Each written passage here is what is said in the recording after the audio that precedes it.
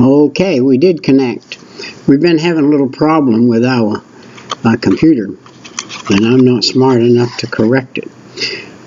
As we go, we're back in looking at a place where the Bible said to be strong. As Christians, we are to be strong.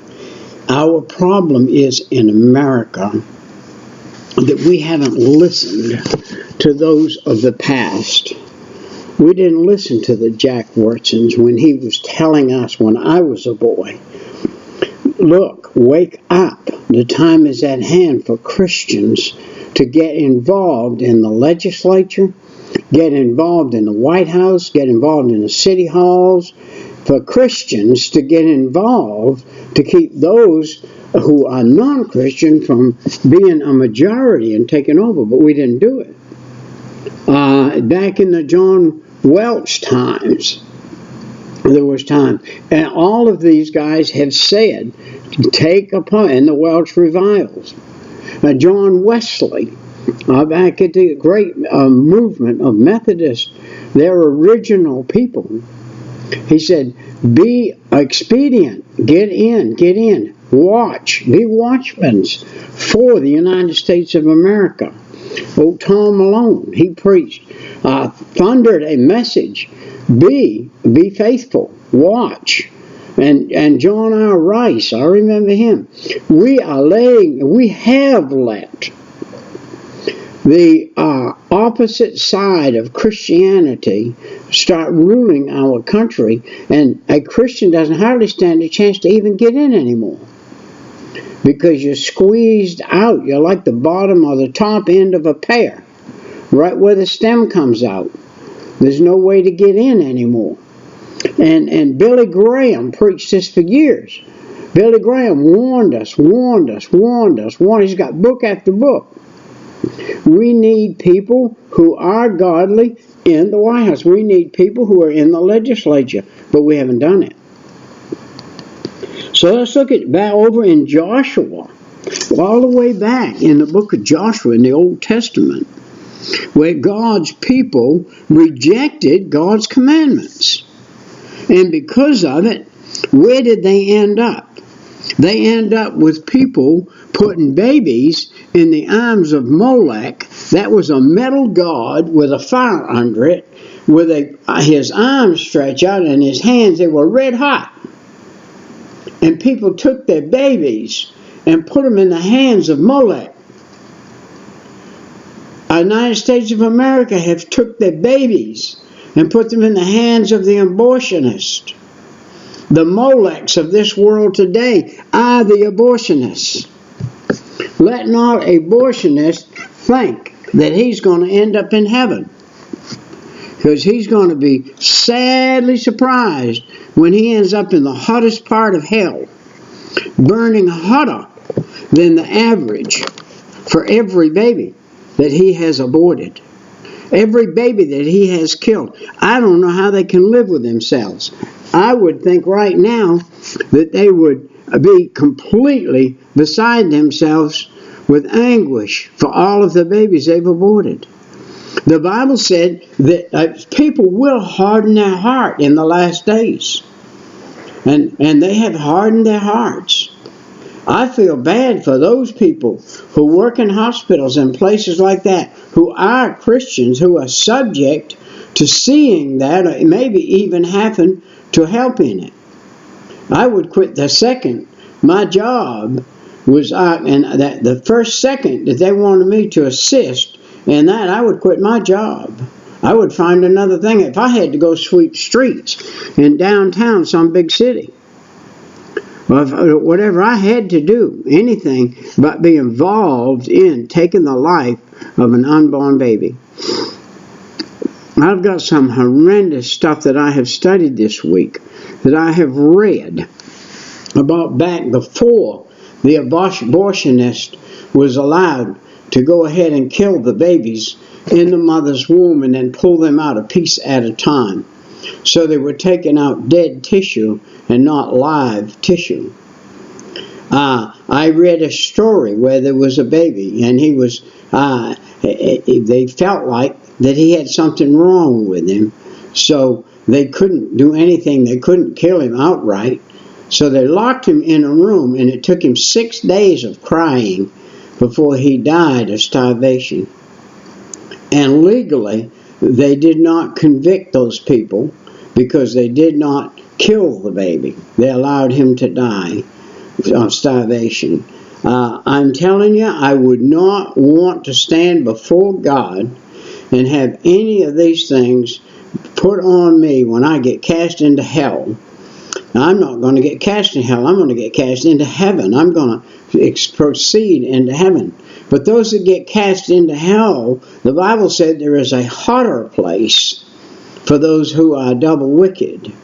There is a hotter place. Everything you ever did in your life, everything you've ever done in your life that was a sin is going to heap coals upon your head. And you're going to be in the hottest place in hell. And that's forever. That's not temporary. That's not for a little while. That is forever. You abortionists, you will be in hell forever. It's guaranteed. You cannot serve God and the devil too. You cannot abort a baby and say you're serving God. I don't care if you're the vice president of the church. I don't care if you're head of a association, church association. If you abort babies or you support that, you will be in hell forever, burning in hell forever. Let's look at chapter 28 of Deuteronomy. Let's look at verse 13. This is where the United States is perhaps today. Let's look at verse 13 here and see what it says. All right. And the Lord shall make you the head and not the tail, and you shall be above only, and you shall be beneath, not beneath. If that you hearken unto the commandment of the Lord your God, which I command you this day, to observe and to do them. Now this is a verse of obedience. So if they'll be obedient, the obedience is set before the Israelite children here in Deuteronomy. Now we're going to go to verse 15 and read it. And verse 15 says this: But it shall come to pass, if you will not hearken to the voice of the Lord your God, to observe to do all his commandments and his statutes, which I command you this day, that all these curses shall be upon you and overtake you. What curses? The curse appears as exact the counterpart of blessing because of disobedience. The opposite of blessing, the curses will be on you. And the curses will be just as strong as the blessing would be on the opposite side, down the opposite way. Now we're going to look at verse 43 in the same chapter and see where they were. If you read the whole chapter, I'm not reading the whole chapter for time's sake. 43. Verse 43 says this: And the stranger that is within you shall get up above you very high, and you shall come down very low. What is he talking about here? He was talking about at this time that God was going to take the Gentile that was among the Jew and the stranger, and he was going to make the Gentile to prosper and the Israelites to be scattered all over the world, and that happened. Now, the very Gentiles that did this back in Deuteronomy helped the Israelite children come back into Israel in 1948 and begin to be a nation again, put together. A language that had been defunct had now come back in and was still a language. And they were still God's people in Israel. But they still even today, are down there wailing at the Wailing Wall and have rejected the very Christ that they hung on the cross. Now, there are Messianic Jews. Who is that? That's some of those who do believe that Jesus was the Messiah, did come and die on the cross for his sins, and did, and they can go to heaven. That group can go to heaven. Last verse in this chapter, verse 48. Therefore shall you serve your enemies, which the Lord shall send against you, in hunger and in thirst, in nakedness and in want of all things, and he shall put a yoke of iron upon your neck until he have destroyed you. Now this was Israel, who would not serve God, and they would have to serve their enemies. So for years and years and years, all the way to Hitler's time, they served their enemy. And by the way, I believe today those who have rejected Christ are still serving the enemy, Satan, and they're still serving him. Now, we can take this picture and see where the United States is today, where we have come to, and where we are. And it's not going to be very long when God's going to send another country, one that is godless, to take over.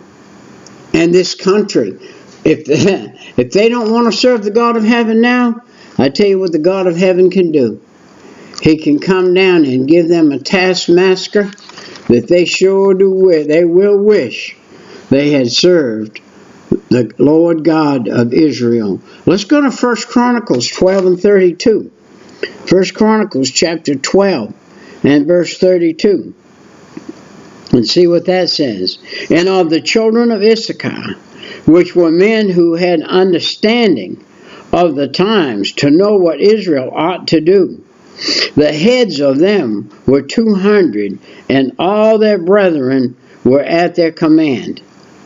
Listen to this.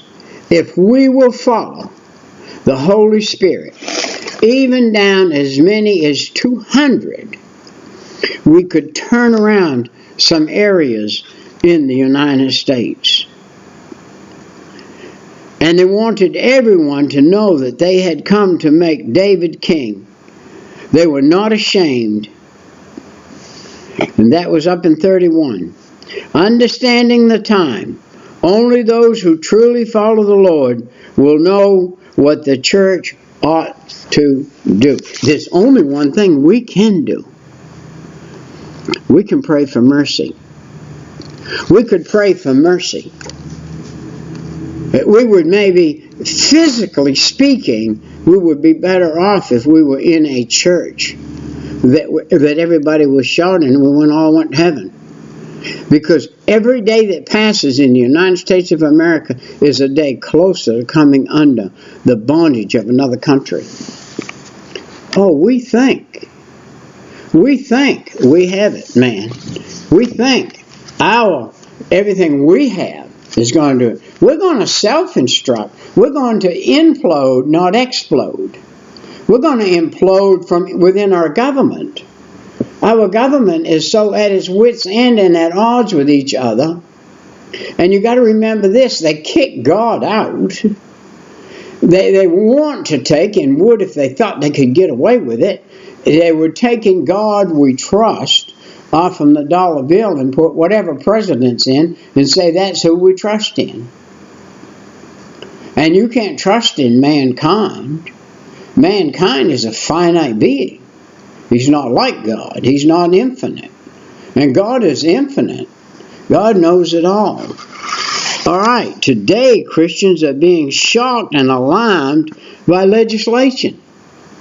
Every day a new piece of legislation comes down against all that's godly. Anything that's godly, they're against it. They come down.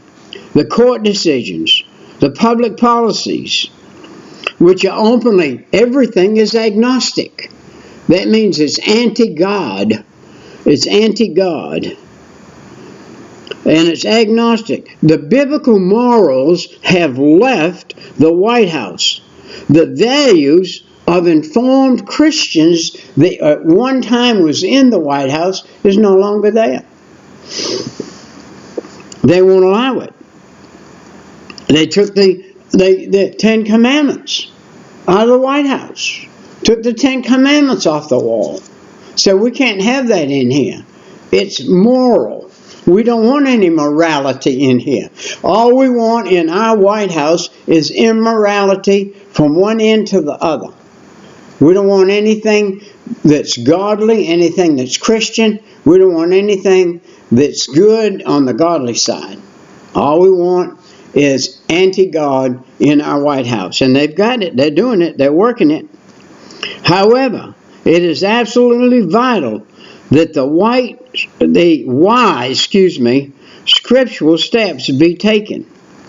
So let's stop, let's look, and let's listen. What can be done at this late point? A battle must be fought against the forces of secular humanism. Wow. It popped its head up in Washington years ago. And it has been pushing, and it has been pushing, and it has been pushing. It's pushed so hard now there's no neck, just the head and the body. There is no space between the head and the body for you to get in and do anything anymore. Secular humanism. But only after we deal with the condition which had allowed it to gain such overwhelming control in the land. Do you know there's only one thing Christians can do? We could get together as a nation and all pray the same prayer. God, give us our government back. Give us our government back. Allow a head to come in the government that is absolutely Christian, absolutely godly. See, they've come into our Christian schools via the government rules. It is unreal what has happened in the schools today. It is absolutely impossible for a child to learn anything ethical with the system we have right now. Everything is unethical. Everything is promoting anything but true Christianity. Secular humanism is estimated in America in the public schools to be 100%. 100%. Back in 83, I have a piece, 84, written, that it was only a few percent, maybe 40%. Now it's 100%. The doctrine of humanists and humanism had been set forth. The Humanist Manifesto that was written in 1933 has been out, and this is what the first part of it states.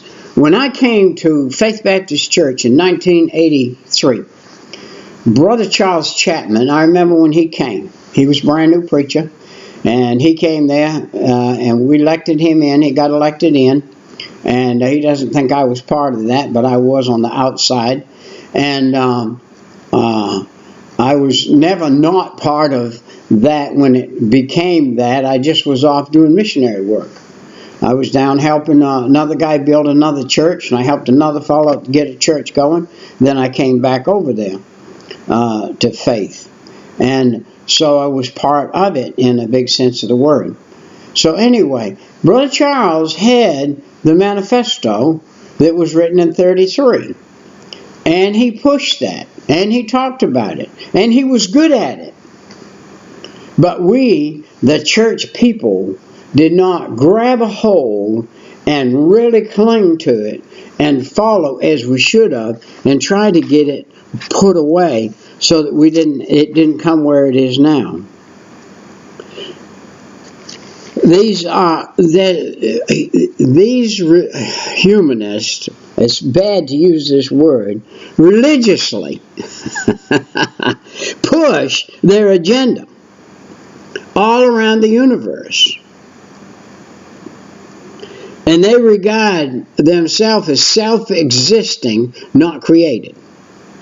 So here's this person that came from some kind of amoeba, or maybe from a monkey, and you know what's funny today, some monkeys act more human than people do, and they act more monkey than they do human. The United States Supreme Court identified secular humanism as a religion. When? That was back between 33 and the 80s that the court system got that legislated in. And secular humanism are applicable to other religions. Another Supreme Court decision, Justice Clark stated, the state may not establish a religion or secularism in the sense of affirmatively opposing or showing hostility to religion. Those preferring those who believe in no religion over those who do believe. So, we see that in 33 to 73, we had that Humanist Manifesto, and then we had, in 1961, we had that Watkins thing that came in, and then we saw the school districts of many school districts across the United States of America in 1963 adopting some governmental controls. John Dewey was the chief designer of the 1933 Humanist Manifesto. He is recognized as the father of progressive education in 1932. He was elected an honorary president of the National Education Association. Here's a man with anti-Christ, anti-God power, and he has been put on one of the highest positions in the United States to say, all the way back in 1932, what our children could be taught and what they couldn't be taught. So Dewey's educational philosophy were a reaction to the disciplined teaching of basic subjects and established rules. Look at Charles Francis Potter, was signer of the Humanist Manifesto 1. He was also an honorary president of the National Education Association. One of the quotes attributed to him summarized what has actually happened in American public schools. So here we have two people coming in that do not believe in God. They believe it's a humanistic act, and that by humanistically they could legislate what could be taught, what couldn't be taught, and they could bring the American people to be a better people. No way. No way. It never would work, never has worked, and never will work.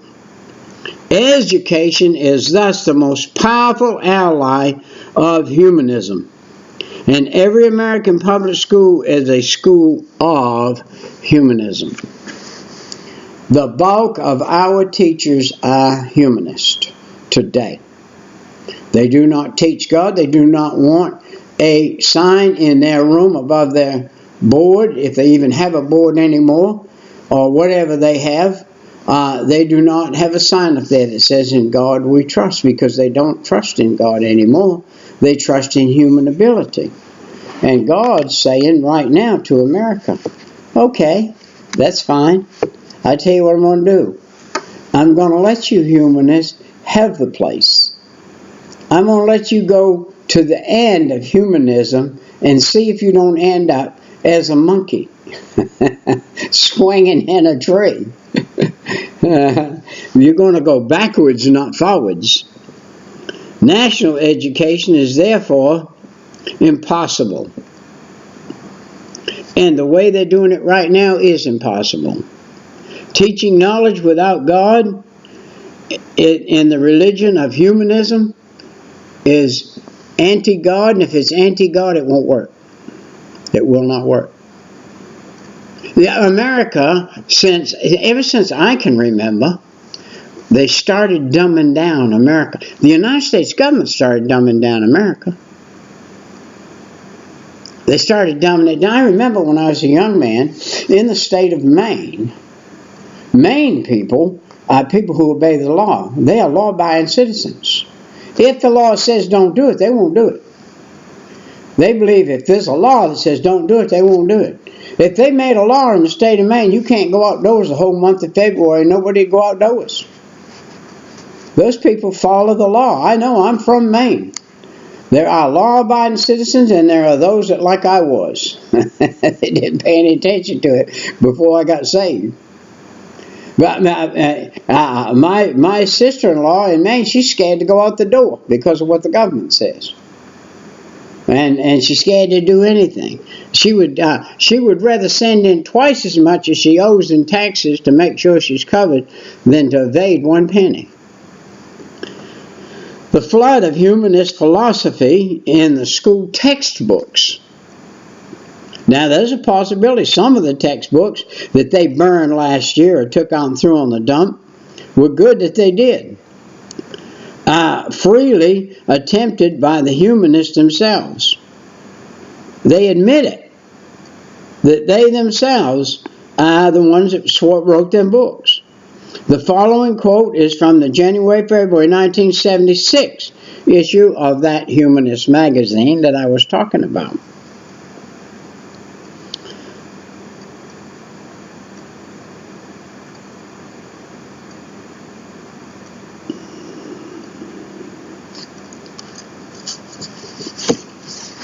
This person here that's writing this wrote this little statement. Something wonderful, something free, something unheralded, and of significance to all humanists is happening. What could that be? Well, we see the secondary schools. It is the adolescent literature movement. They may burn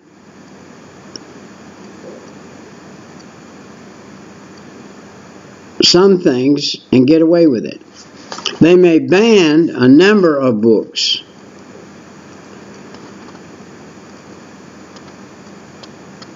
They may ban a number of books. And God crazes don't do all that much reading. If they did, they find that they have already been defeated. Those people who are against God are writing the adolescent literature. They've opened Pandora's box. The contemporary life that they've written into the literature is taboo.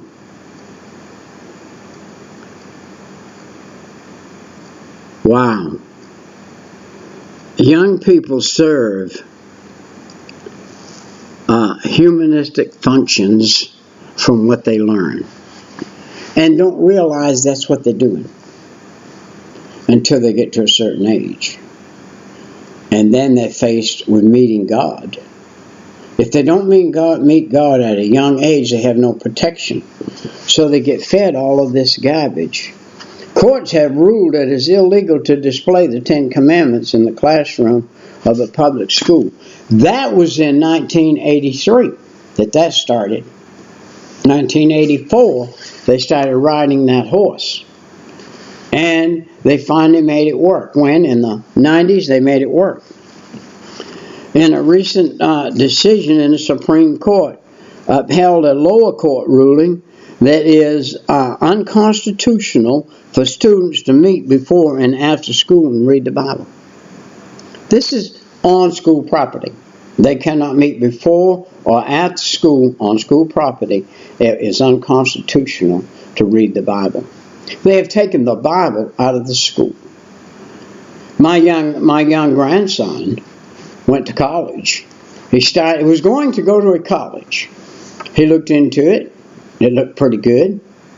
So he gets up there on the steps, and he's carrying his Bible in, first day of school. And somebody meets him at the door and said, "Hey, what do you got? What are you doing?" He said, "I'm carrying my Bible." He said, "We don't use the Bible here. We don't use the Bible in the school. You can't bring that in here." Needless to say, my grandson turned around, got in his truck, and went back home. And it was defunct and annulled that he would go to that school. He's not about to go to a school that does not allow the Bible.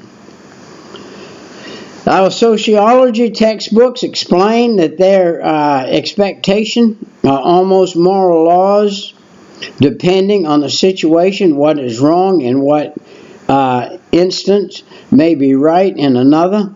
Most children learn that it is wrong to lie, but later they may learn that it is tactless, if not actually wrong, not to lie under certain circumstances. Woo-wee, if we don't have some misnomers in the Humanist Manifesto 2. Contains the following statement: we affirm that moral values derived their source from human experience. Ethics is autonomous and situational, needing no theology or ideology sanctioned. Ethics stems from human need and interest. From human needs and interest. To deny this distorts the whole basic of life. That's the humanist look at it. That's the humanist look at it. If you want to look at the humanist, look at it. We're going to leave this particular one right now. We're at 31 minutes, and we've gone over our time. And so we're going to conclude, and we're going to do another one of these in a few minutes. All right, bye-bye.